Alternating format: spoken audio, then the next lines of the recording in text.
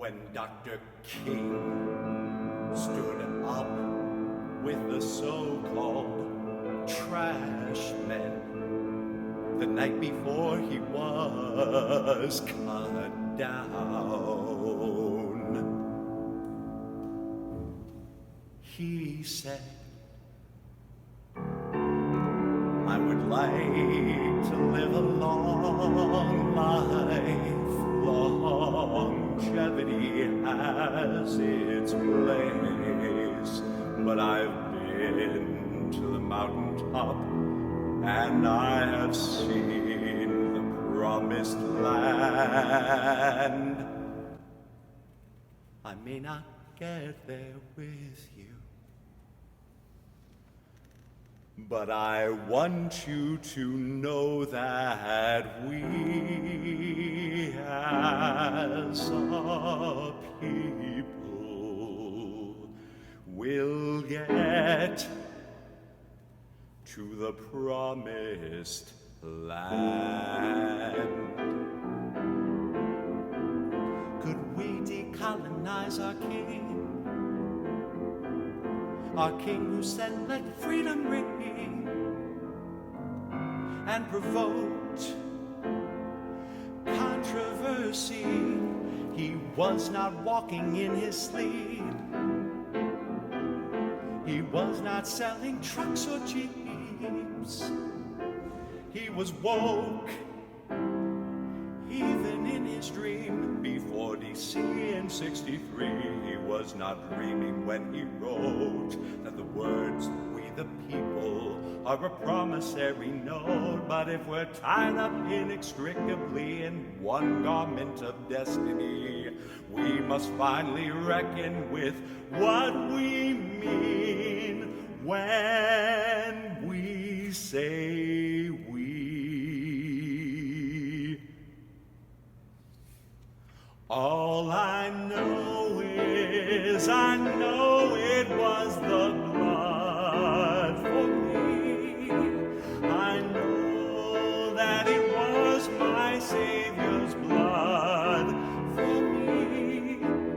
We are patchwork, patched up women's work, made with love but without worth, and the logic of political economy separating desperate families. We are trash folk locked up, rust belt. I wondered just how Martin felt, so gifted but hurt by hateful stings, when Mahalia said, wait, talk about your dream, impromptu preempting his prepared text. Now that's the part that we remember best. Jobs and freedom was the point of the march, but maybe Mother Mahalia thought, to change minds you got to change hearts, access the pathways through which past blood. She knew about the power in the blood. My mother taught me to know it was the blood for me. We're a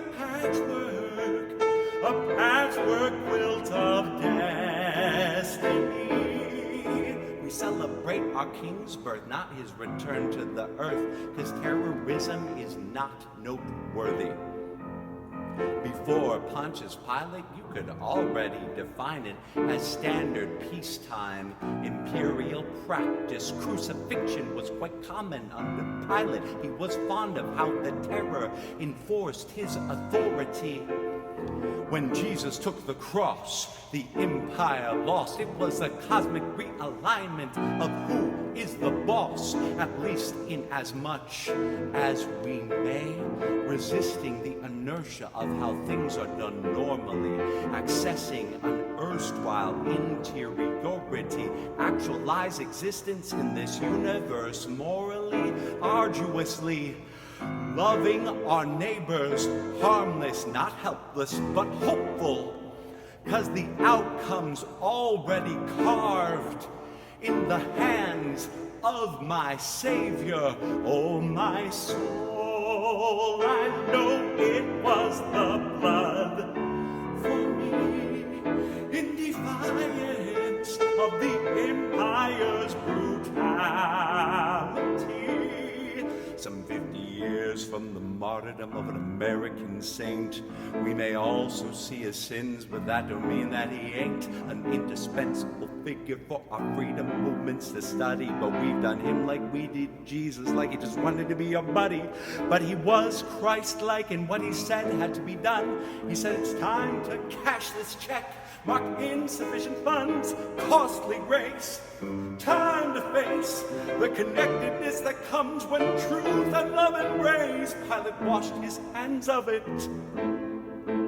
So this blood is on me, blood shed in love, defiant to set us free.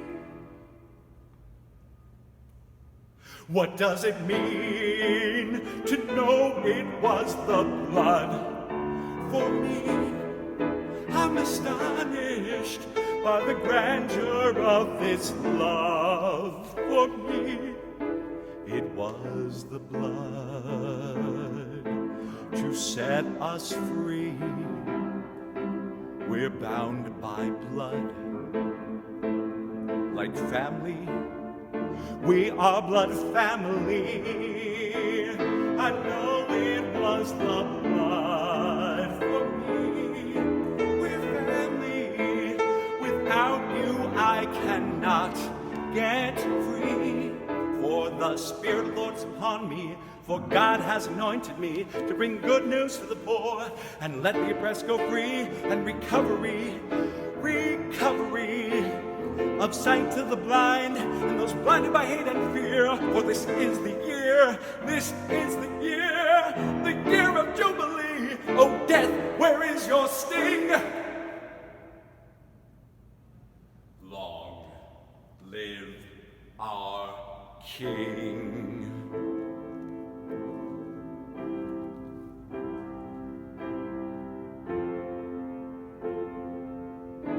And the King of Kings.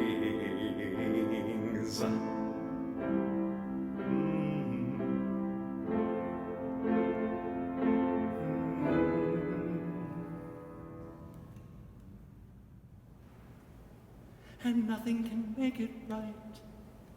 But will all this blood have been shed in vain? Or will we as a people finally get to the promised land? Lord, tell me, will we as a people finally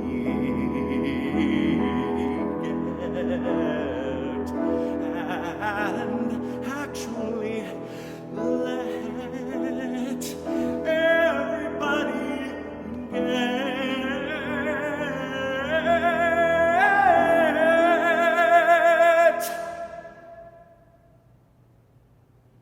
to the promised